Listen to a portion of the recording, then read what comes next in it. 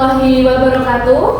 Selamat siang Ibu. Siang. Baik, perkenalkan nama saya Maida Hayundani Pratiwi dan ada rekan saya Lailatul Rahmah. Baik Ibu, kami dari mahasiswa PPG Calon Guru gelombang 2 tahun 2024 dari Universitas PGRI Madiun, program studi bimbingan dan konseling Ibu.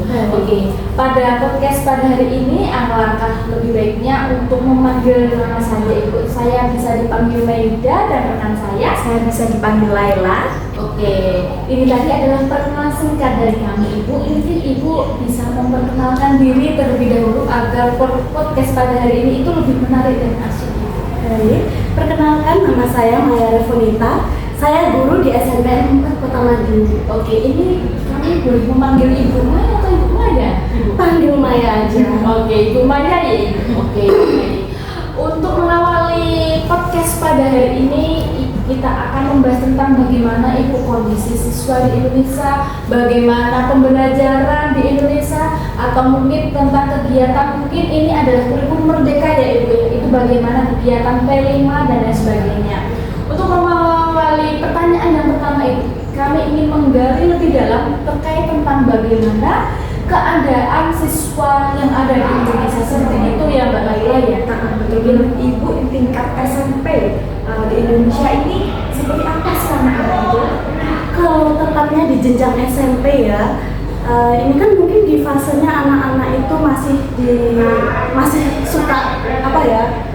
Mungkin mencari jati diri ya, betul. Suka masih di fase mencari jati diri, dan anak-anak itu mungkin lebih fokus ke teman-temannya.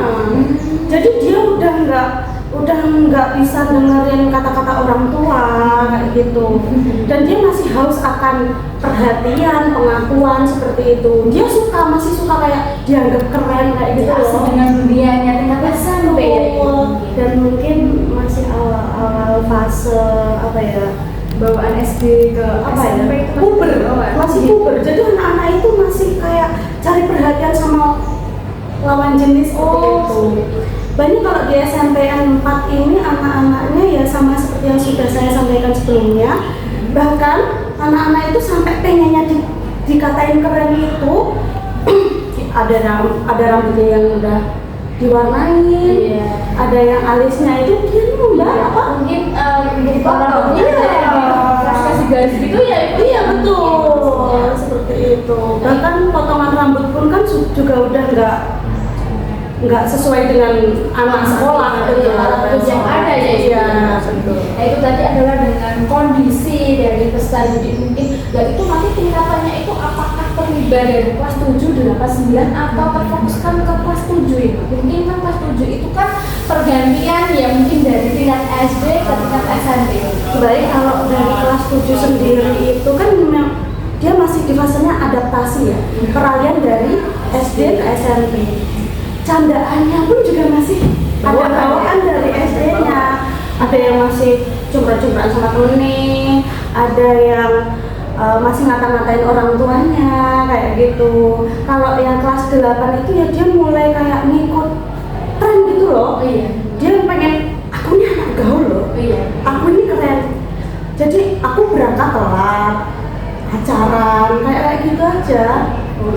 Kalau kebanyakan itu anak-anak di sini itu sukanya pembelajarannya kan yang apa ya, yang praktek, yang di lapangan gitu loh. Tentang kegiatan, jadi hari langsung proyek aja.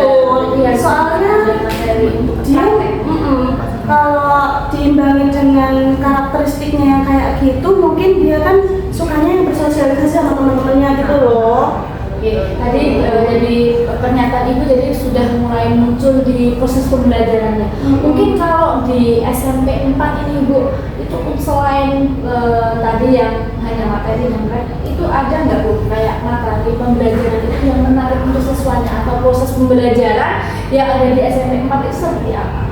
Kalau yang paling bisa diterima oleh anak-anak itu pastinya yang experience learning. Contohnya itu kayak di P5.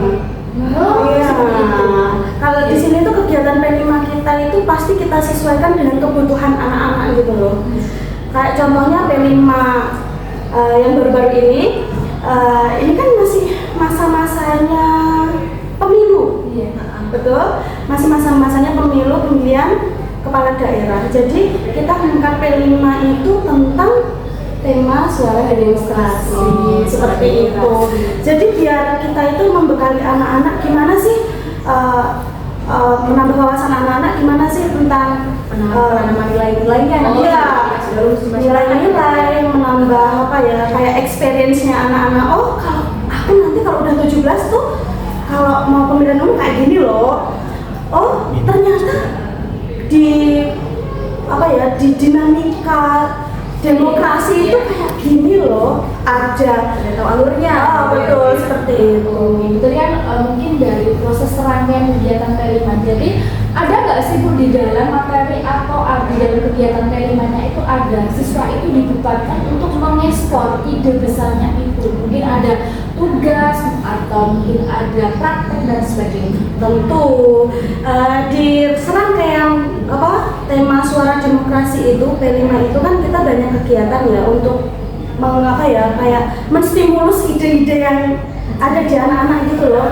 Lah kayak kita mulai beri sentuhan dengan filosofi dulu. Filosofi ya. Itu dengan pembuatan mandala.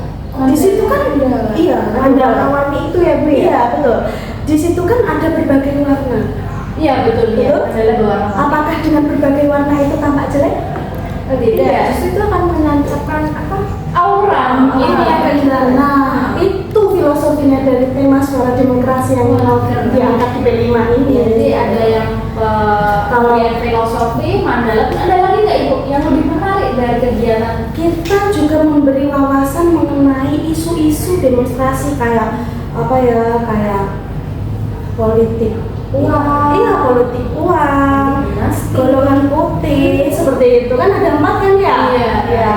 Nah itu untuk mengeksplor ide besarnya itu mungkin siswa itu dibebankan tugas apa itu? Mungkin suruh membuat PT atau proyek yang lain ada nggak? Oke, di situ kan di saat materi isu-isu demonstrasi itu kan anak-anak kita suruh untuk berpikir secara mendalam, kira-kira kalau golongan putih ini kalau di kehidupan nyata itu contohnya gimana sih? Oh iya, betul. Kalau politik uang itu gimana sih di kehidupan nyata itu contohnya gimana? Yang realnya aja deh, yang biasanya anak-anak dapat itu gimana? Terus politik dinasti itu gimana? Politik identitas itu seperti apa? Gitu. Terus proyeknya pun kita pakai PPL. Project based learning. Oke. Di situ anak-anak diminta untuk menyalurkan ide-idenya itu dalam bentuk karya dengan memakai aplikasi Canva itu loh Mbak. Mendesain dan terus buat infografis, buat poster, buat komik, main mapping seperti itu. Mungkin dipresentasikan atau gimana itu? Tentu kita presentasikan dalam bentuk kayak pameran gitu loh Mbak. Betul. Jadi ada 2 anak yang berperan sebagai yang presentasi, terus sisanya itu dia jadi pengunjung pamerannya, mencari informasi dari karya. Iya, kalau teman-temannya itu mutar per kelompok gitu loh. Iya. Oh, kelompok ini gini, kelompok itu gitu. Iya. Mungkin kalau teman-teman mahasiswa PPG pernah ikut dalam kegiatan tersebut, mungkin kemarin kami dilibatkan di dalam gelar karya. Mungkin kalau di kelas kita hanya mendampingi, jadi kita tidak sedetail mungkin dari hasil pemaparan yang telah disampaikan oleh Ibu itu sangat luar biasa untuk pengalaman kita ke depan ketika kita sudah lulus PPG. Di dalam gelar karya itu mungkin sudah terkonsep sekali ya Mbak Lola, dari proses masuknya per kelas dan penataannya sudah luar biasa untuk didikan SMP Ibu. Kemudian bagaimana Ibu untuk keterkaitan tentang ekstrakurikuler yang ada di SMP 4 ini seperti apa? Ya mungkin juga ini Ibu, penggunaan teknologi di SMPN Ahmadiyah itu bagaimana? Apakah sudah berjalan dengan baik atau mungkin masih ada kendala? Baik, kalau terkait ekstrakurikuler kita kan pasti fokusnya ke kebutuhan siswa ya. Iya Ibu. Dia itu anak-anak itu kita gali dengan asesmen diagnostik itu loh. Oh Mbak. betul iya Ibu. Jadi kita tahu bakat minatnya anak-anak itu di mana, dan terus anak-anak bisa milih kira-kira ekstra apa yang bisa, yang paling aku sukai gitu loh. Contohnya kalau anak-anak di SMPN 4 ini kebanyakan sih dia itu sukanya yang bidang atletis. Oh. Dan meraih kejuaraannya pun Cukup banyak ya Ibu ya. bahkan sampai di tingkat nasional. Keren. Itu SMPN 4 nih. Oke. Untuk digitalisasinya Iya. di SMPN 4 pun ini sudah menuju ke pendidikan yang digital seperti itu. Kayak di sini itu kalau absensi itu anak-anak juga pakai Oh iya, scan dan barcode. Iya, Betul. iya, Sudah iya, menuju digital. iya, banget. betul, Ibu. Pendidikannya pun di sini sudah apa Kayak ya? menggunakan Chromebook di kelas masing-masing. Betul. Iya, seperti itu. Seperti yang kalian lihat lah. Iya sudah. Di kelas sudah ada LCD, sarana prasarana Betul, sudah mendukung semua. Bahkan wifi pun sudah mendukung seperti itu. Oke. Per kelas punya wifi masing-masing. Oke, jadi tadi sudah serangkaian kegiatan yang sudah disampaikan Ibu, mulai dari bagaimana kegiatan proses pembelajaran di SMP 4, bagaimana karakteristik dari peserta didik di SMP 4 sampai ke tahapan P5-nya seperti apa, sudah sangat menarik sekali dalam podcast kegiatan pada hari ini. Oke, dari pemaparan kita tadi mungkin Mbak Lala ada yang ingin ditanyakan lebih mendalam lagi, apa mungkin ada sudah cukup atau bagaimana? Dari saya sudah sangat cukup sekali informasi yang disampaikan oleh Ibu Maya. Saya sangat berterima kasih Terima kasih. kepada kami.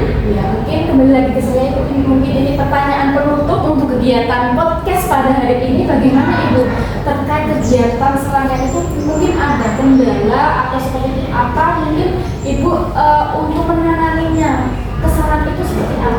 Yang Oke. Sebagai contoh kayak di P5 aja ya. Iya. Tentu tidak ada proyek yang 100% berhasil. Oh, pasti pasti. itu, pasti ada miss-nya yang 1, 2, 3 lah ya. Iya, betul, iya. Seperti contoh waktu di Pesta Demokrasi kan kita sudah diberi wawasan di isu-isu konflik itu kan. Iya, iya. Tapi juga tetap ada yang gol.